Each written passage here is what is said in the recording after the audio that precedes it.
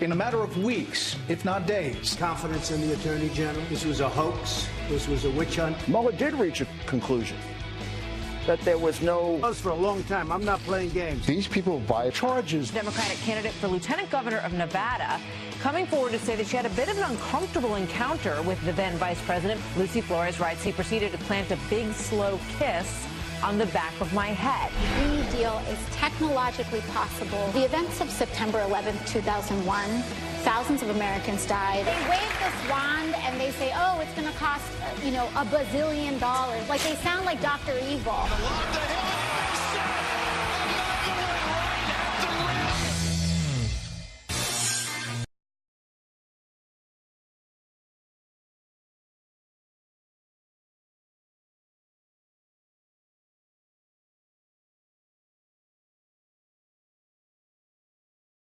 To see you back on the couch. Back on the couch. What have I been doing for the last few weekends? I've been so bored without listening to you getting triggered. Sleeping in? It's like, really? I mean, who needs sleep? We're getting you up bright and early. Is your bracket busted? Because mine is gone. I had the Tar Heels, and Auburn took them down last North night. Carolina goes down. That's Duke right. survives barely again. Barely. Kentucky, tight one, but they're in the Elite Eight. It's going to get exciting. Big slate. This is the most fun 2 days of college basketball. Elite Eight to the Final Four. You got games all day today, games all day tomorrow. What's exciting is it's actually getting warm outside here in the East. Yes, finally. We're going to play a little baseball a little later. That's why I wore a little blue and white for my Yankees. Is that what that is? Yeah, they're on fire. I thought it was for your political party. What? I'm just kidding, Ed. Boy, you loved it. Did you lose money in the bracket? You lost your money? I don't bet on the bracket because I'm a terrible bettor. I bet with my heart. I don't bet with my brain. He bets on 2020. We do that. We do every once in a while. But there is a lot happening in the run-up to 2020. President Trump again now threatening to shut down the southern border this coming week. That's right. At Mar-a-Lago yesterday in the afternoon, the president came out, and he's looking at the numbers on the border. He's looking at what's happening down there. Ed's going to break some of those down in a moment. But he said, if we're not going to build that wall, if we're not going to get smart policies, I might have to close it. Take a listen to the president. You see what's happening to women. You see what's happening to children. It's a horrible situation, and Mexico could stop it right at their southern border. They have a southern border. And they have a border that could be very well structured. It's very easy for them to stop people from coming up, and they don't choose to do it. Well, we're not going to give them hundreds of billions of dollars and tell them that they're not going to use their strong immigration laws to help the United States. So there's a very good likelihood that I'll be closing the border next week, and that'll be just fine with me. So closing the border, I mean, that could mean major ports of entry. That could be stationing more troops even further forward on the border. We don't know exactly what those details would be, but clearly a president frustrated by the fact that there's even more caravans coming. We're hearing reports of today from Mexico. Mexico hasn't done really anything about that. He's had it with Mexico because Mexico has a really tight border security policy when it comes to its own country, but then suddenly when it comes to us, they don't take it very seriously. So you have him, you have Secretary Nielsen writing a letter to Congress actually supporting what the president has said about the severity of this issue. The letter reads, to cope with the overall volume of arriving migrants, a resource surge is needed throughout the system to ensure efficient throughput and proper care. DHS requests immediate assistance from Congress, including emergency resources and specific authorities, to cope with the escalating situation. So I'm just wondering how many people it's going to take. If you don't like the president, you don't want to listen to what he has to say, okay, you don't listen to him. Then you listen to the Border Patrol agents, you listen to folks that are at the border who are working to help protect us. You don't want to listen to ICE, you don't want to listen to them. Okay, now Secretary Nielsen is sending a letter saying DHS is going to have to help out. We don't have sufficient resources. We're having to release people without even managing and filtering them properly.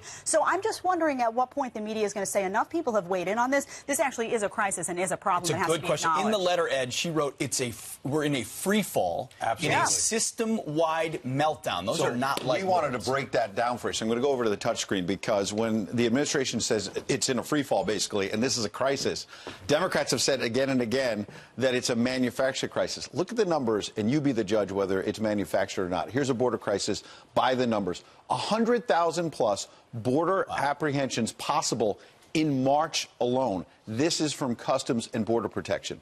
Look at this. Over 136,000 people apprehended in the first 4 months of fiscal year 2019 that started back in October. Why that's significant is that's the same number that was apprehended for the entire previous year. So that's over just 4 months. So that gives you an idea that we are surging far beyond where we were last year.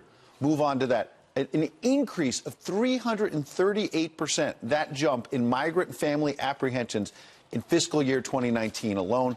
12,000 plus immigrants in the Customs and Border Patrol custody this week. This week alone, 12,000 plus. So this is the border crisis by the numbers. This is not the politics. These are the actual facts. And what's fascinating is Jed just pointed out what President Trump's Homeland Security Secretary is saying. So you might say, well, that's politics. That's what the Trump administration is saying. No, the Obama administration, their Department of Homeland Security Secretary, Jay Johnson, he calls it a crisis. Watch. My staff will tell you if it was under 1,000 apprehensions the day before, that was a relatively good number. And if it was above 1,000, it was a relatively bad number, and I was going to be in a bad mood the whole day. On Tuesday, there were 4,000 apprehensions. I know that 1,000 overwhelms the system. I cannot begin to imagine what 4,000 a day looks like. So we are truly in a crisis. We are truly in a crisis, says Barack Obama's DHS secretary for 4 years. He said if we had 1,000, that was a crisis. Today we have 4,000. Last year was a day. Last year was a record.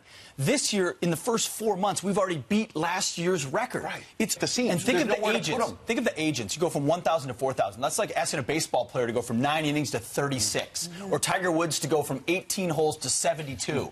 They would look at you and say, "What are you talking about? You changed the whole game on me." They've been vilified, though. And the other networks never asked them. Well, we will be drilling down all morning. It's amazing. You're not going to get it anywhere else. Tom Homan, the retired ICE director, he's coming up later this hour, in fact, to get us more facts. Meanwhile, the other big story still blowing up right now, the Mueller report and how quickly Congress will see it. Well, it's still blowing up because Democrats are whimpering out. Well, maybe they're still saying, look, we want the whole report. But yesterday, the news was that Bill Barr, the Attorney General, is saying he's going to get it to them as quickly as possible. He says by mid-April or sooner. He's willing to testify before Congress. And he'll testify at the beginning of early May. But, of course, Democrats unsatisfied with the fact that this Attorney General, whose credibility is sterling, has said, I will release it after we follow protocol of what would need to be redacted based on grand jury information and other Justice stuff Department that should not guidelines, spill out. all of that. Well, Democrats unsatisfied. You got Jerry Nadler saying that deadline, their deadline set by Democrats for April 2nd still stands, and same with Adam Schiff. So they're going to continue to be obstinate. I don't know what they think they're going to find that's going to make their argument better. Let them keep yelling, Jedediah. Yeah, it's never going to be enough is the thing. And the truth is, if it comes out and you read the full report and it says there was no collusion and there's no obstruction, it's not going to matter. They're going to say, then suddenly Mueller's going to be the bad guy.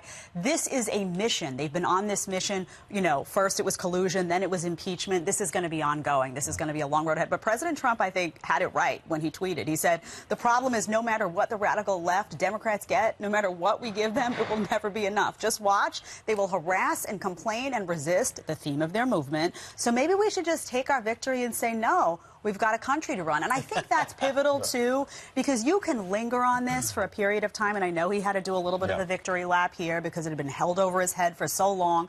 But voters really want the issues addressed, so don't lose sight of that. They want to talk about their taxes. They want to talk about the border security. They want to talk about all of these pivotal issues. Republicans are going to have to get it together on health care. So don't linger on something that Democrats want to amp up investigations and move on and say, you know what, let them worry about that. Let the Mueller report come out. You guys are all going to see I have nothing to worry about. I want to talk about issues. Well, okay, so Democrats want to talk about issues, but then they end up talking about issues comparing things like climate change to 9/11. So if they pivot, so you've got our favorite socialist from the Bronx, Alexandria Ocasio-Cortez, is comparing climate change, you got it, to 9/11 in criticizing Republicans. Oh, boy. Listen. On the events of September 11, 2001, thousands of Americans died in the largest terrorist attack on U.S. soil. And our national response, whether we agree with it or not, our national response was to go to war in one, then eventually two countries. 3,000 Americans died in Puerto Rico in the aftermath of Hurricane Maria. Where is our response? They wave this wand and they say, oh, it's going to cost, $1 bazillion. Like, they sound like Dr. Evil, like $100 million. It is next level. I didn't expect them to make total fools of themselves. Oh, Ocasio-Cortez. Listen to the roar, though. That is the roar of the Democrat base today. It's why Joe Biden, in my opinion, will never get in, and if he does, he'll lose. It's because he'll have to apologize for all the statements he's made and comments and positions he's held that weren't extreme enough. Yeah. She is speaking for a party that's been very radical. You know, she went on to say, because she was pressed on all the cow flatulence, and you're going to shut down planes, and all the facts that her own office put out about the Green New Deal. And she said, oh, just because one of my staffers was having a bad day. As if it's like kind of threw the staffer under the bus, that some of the examples used that have been criticized as being radical, she's now trying to push aside. So we're going to drill down on those facts today and every day moving forward. She should learn to take some responsibility for her plans and her ideas. And also, every now and then, Ocasio-Cortez maybe get out there and talk to people who aren't necessarily going to be applauding you and might have some challenging questions. We'd love to have you. Come on, chat with us. I have a lot of questions. We're going to turn now to some headlines for you this morning. Right now, police writes in New York Magazine, the vice president grabbed her shoulders, sniffed her hair, and kissed the back of her head before a campaign rally in Nevada in 2014. Biden, who's considering a White House run in 2020, says he does not recall the incident. Hair sniff, never a good call. Oh, boy. I said it for a while. There were a lot of videos out there and photos of Joe Biden. I don't think the era of the Me Too movement is going to work for him. I've been saying it for a long time. I don't think it's his moment. It's not his moment. Last round was, though. Last round was, yeah. Had an opportunity. All right, well, Democrats taking aim at the Attorney General, with Pelosi blasting him as condescending and arrogant. Jason Chaffetz says Democrats are showing their true colors. He's here next, calling out their playbook. And it was a star-studded night at the Rock and Roll Hall of Fame. The legendary singer making history overnight.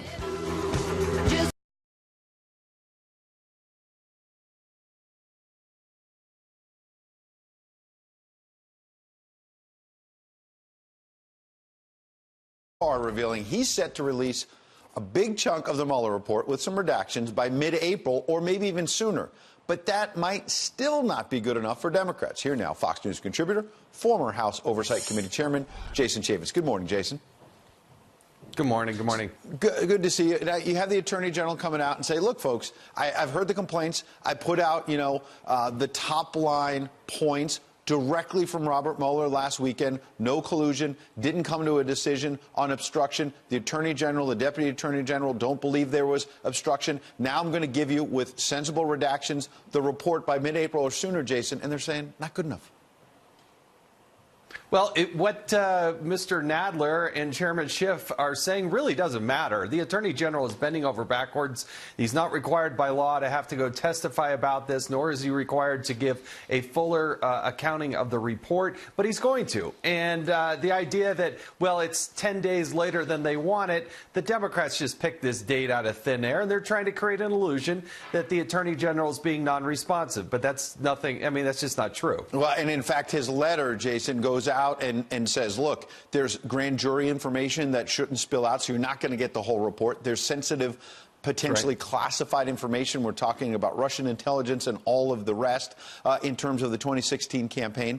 And then he also went on to say, William Barr, that he is working directly with Robert Mueller to go through this report line by line on what should be held back. Doesn't that give him credibility when even Mueller is in the room? You remember, this comes also on the heels, Ed, of an inspector general who chastised the Department of Justice in several hundred pages of a report for releasing information about people that were not indicted. They don't want to make that mistake again. But you're right, classified information, sources and methods. If there's other ongoing investigations, any of that material cannot, by law, be released to the public. So Attorney General Barr is doing exactly what he's required by law and a lot more. Democrats have said it's not good enough. Here's Speaker Pelosi. Watch. No, thank you, Mr. Attorney General. We do not need your interpretation. Show us the report, and we can draw our own conclusions. We don't need you interpreting for us. It was condescending, it was arrogant, and it wasn't the right thing to do. So that was the day before the Attorney General's latest letter, and he seemed angry that she said it was condescending for him to come out last weekend and give a summary. And it's interesting, Jason, that in this latest letter, the Attorney General says, hang on, folks, I wasn't summarizing anything. I was giving you the top lines from Robert Mueller himself, the guy that Democrats used to say was sort of this big god, ready to come down with the tablets. Look, the speaker is terribly frustrated. They never in their wildest dreams thought that this was the scenario they'd be dealing with. But this is the tactic of the resistance movement. Just like Donald Trump said it is, that's what they do. They try to disparage somebody in their character, but she is fundamentally and totally wrong. And by the way, for the 8 years during the Obama administration, they had no affinity for openness and transparency. This is a new phenomenon for Democrats. Well, you were there in Congress fighting with Eric Holder. Loretta Lynch for many, many times over. Jason Chaffetz, we appreciate you coming in this morning. Thank you. All right, we got a lot coming up. In fact, one school actually saying that Donald Trump should not be president. That's one choice on a teacher's anti-Trump homework assignment. An outraged parent from the school district. Next. And the Kardashian-Jenner family is thanking the LAPD and ICE for arresting an illegal immigrant who actually broke into Kendall Jenner's home. Peace of mind. How about that, Pete? Oh, it turns out ICE is your friend when they help you. Ed, thank you very much. Well, to the trouble in our schools, there's a lot of that. An anti-Trump homework assignment sparking outrage amongst parents in a school in Texas. 7th graders were assigned to read student-written essays, one titled Trump Against American Values, and then apply them to one of these options. A, America's future is in danger. B, American leaders should promote equality. C, Donald Trump should not be president. D, Donald Trump will not be able to change. Here to react is one of those outraged parents, Chris Felder, along with Texas State Representative Briscoe Cain. Chris, thank you so much for joining us this morning. So, first of all, your student comes home, your child comes home with this homework assignment. Are you surprised, and what was your reaction? Yes, I was very surprised. She came home and she immediately came to me, set her backpack down, and brought me the assignment because my 13-year-old, mind you, knew that there was something wrong with the assignment. I actually read over it, and I had to read over it probably 3 or 4 times before I realized I was actually reading what I was reading, which is this assignment. And I was taken back. Now, Chris, I thought immediately. Yeah, no, I just want to point. Immediately it had no place in our classrooms, especially with 7th grade English class. Okay, now you went to the principal, because some of the criticism that you've gotten, as I've read online, is, oh, well, he should have gone to the principal first. You actually did go to the principal. You didn't hear back for a week, and by that time you had contacted your representative because you felt you had no other recourse. Yes, I actually sent the principal, who I know personally, an email. And, you know, I'll usually get a response fairly quickly from him. When I did not receive a response from him, that's when I contacted Mr. Cain.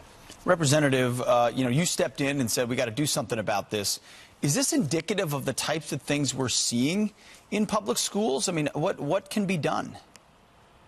You know, sadly, it's more indicative of the things that we're seeing on the college campus today.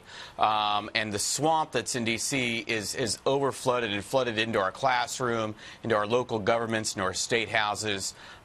There are things that can be done. While this teacher has been reprimanded, state law actually does allow her to be terminated, but it's very expensive.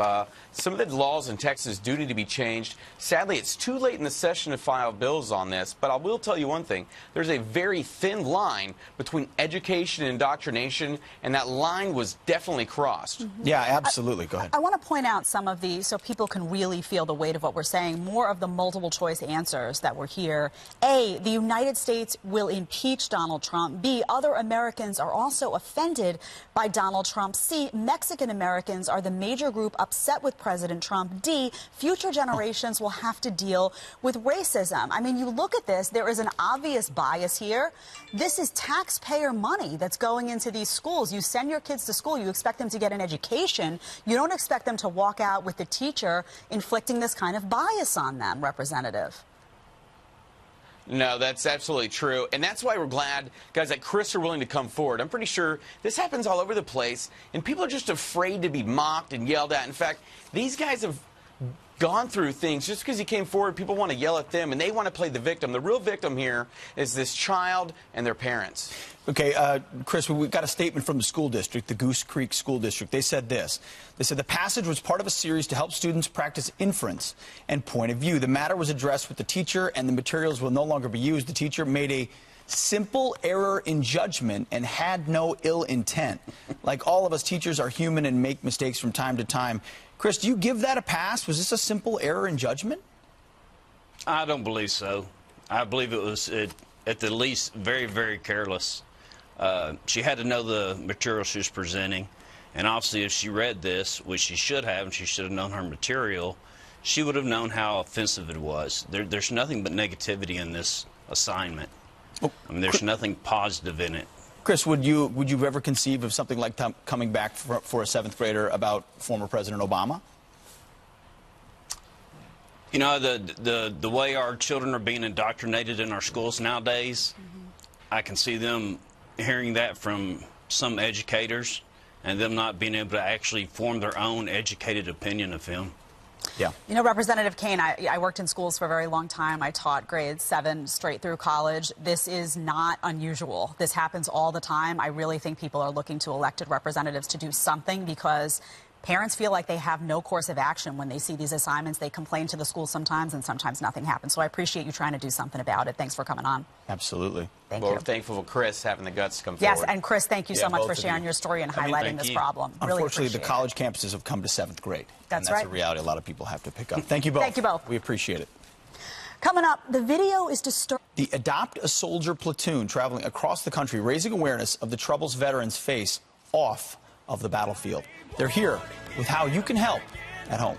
Coming up.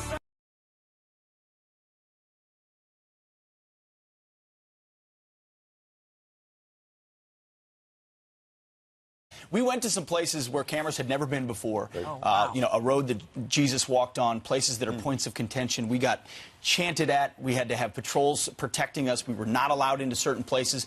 This is some footage. We got to go exclusively inside the Church of the Holy Sepulchre, which is where Jesus was crucified, where he was buried. But we got cameras into places that have never been there before, showing artifacts. Although getting in there was tough. The politics of the church, you know, who lets us in, who controls it, where can we go? You start to get a real good understanding. You think you know Jerusalem, and then you realize you don't. I've never There's been. undercurrents. You have to go. I'm dying to go. Been. So this documentary on Fox Nation is meant to sort of tell you think you know something. Yeah. Here's the behind-the-scenes reality, and here's why it still matters today. I've been there, but I haven't been in the inner sanctum. Can't wait to see it. Battle in the Holy City is going to premiere on Fox Nation April 11th, ahead of Easter, of course. Is going to be fascinating. Pete takes you inside the Holy City like nobody ever has before. Yeah, I am excited about it. It was a great project. Can't wait to see it. Awesome. Thank you, guys. All right, we're going to do some headlines for you this morning. A man is sentenced to 20 years behind bars after his prank 911 call got an innocent man killed. Tyler Barris pleading guilty to calling police to a Kansas home to report an armed person. Again, she is the first female musician to be inducted twice.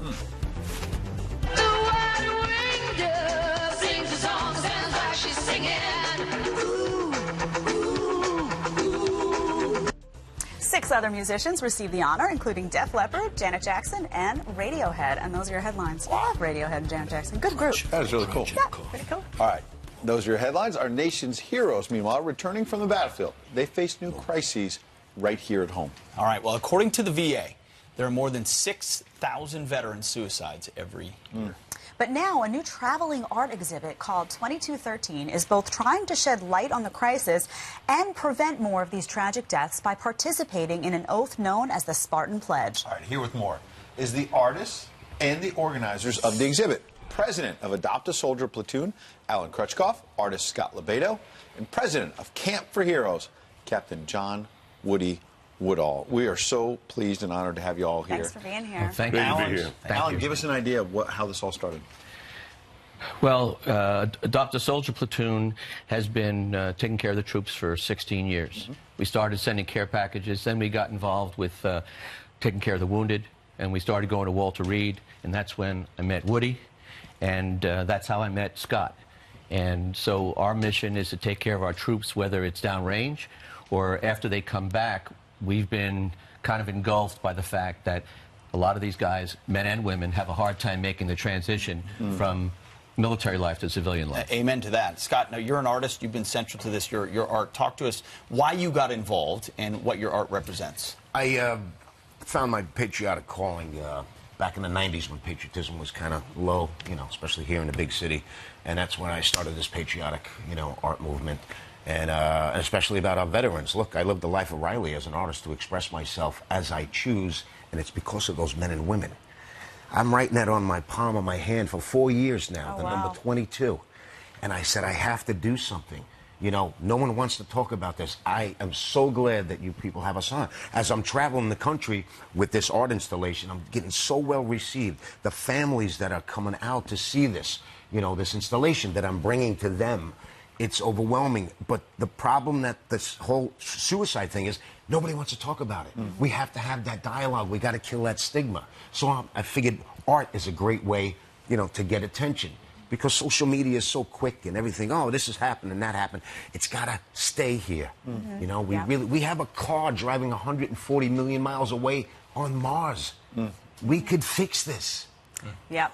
Captain Woody, one of the things that really struck me about this was the Spartan Pledge, something that you paired with the exhibit itself. Tell us a little bit why you did that, and what is the Spartan Pledge? Well, the Spartan Pledge, Boone Cutler created it back when he was in Walter Reed. I met Alan at Walter Reed. I spent a lot of time with Danny Prince from the FDNY. But the Spartan Pledge is basically a short pledge that a warfighter in crisis will pledge. And now they do. We had a sword made out of World Trade Center steel, so they take the pledge to the next step. When you join the military, you take a pledge to defend our country. When you take this pledge, you take a pledge that you're not going to harm yourself until you talk to a battle buddy. Battle buddies are key here. Yep.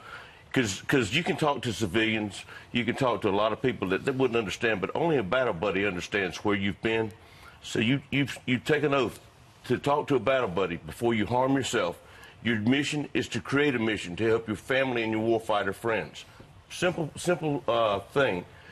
It's a Band-Aid, but so far it's worked because to date, 3.5 years we've been doing it, we haven't lost one that's taken the pledge. All right, that's a Band-Aid. Then we've created Camp for Heroes and things like Camp for Heroes to where they can start coming and rebuilding their life. We have art classes, culinary classes, blacksmithing, whatever it is to get them started on a new path. So to help that new sense of exactly purpose. Right. New sense of And a purpose. sense of community. Exactly right. They have to find some creativity. So how do we get people to help? There's a million different. My traveling exhibit goes for another.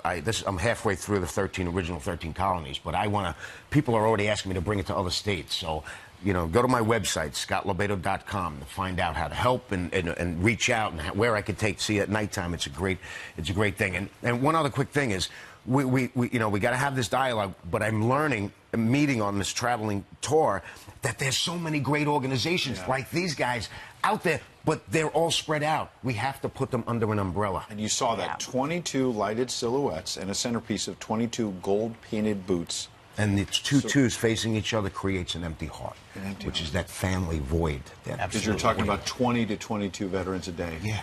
That doesn't even include the homeless underground. Right. It's quick final point. Yeah, if I could just make a point. So for 2 days, we had this event at the American Legion in Fair Lawn.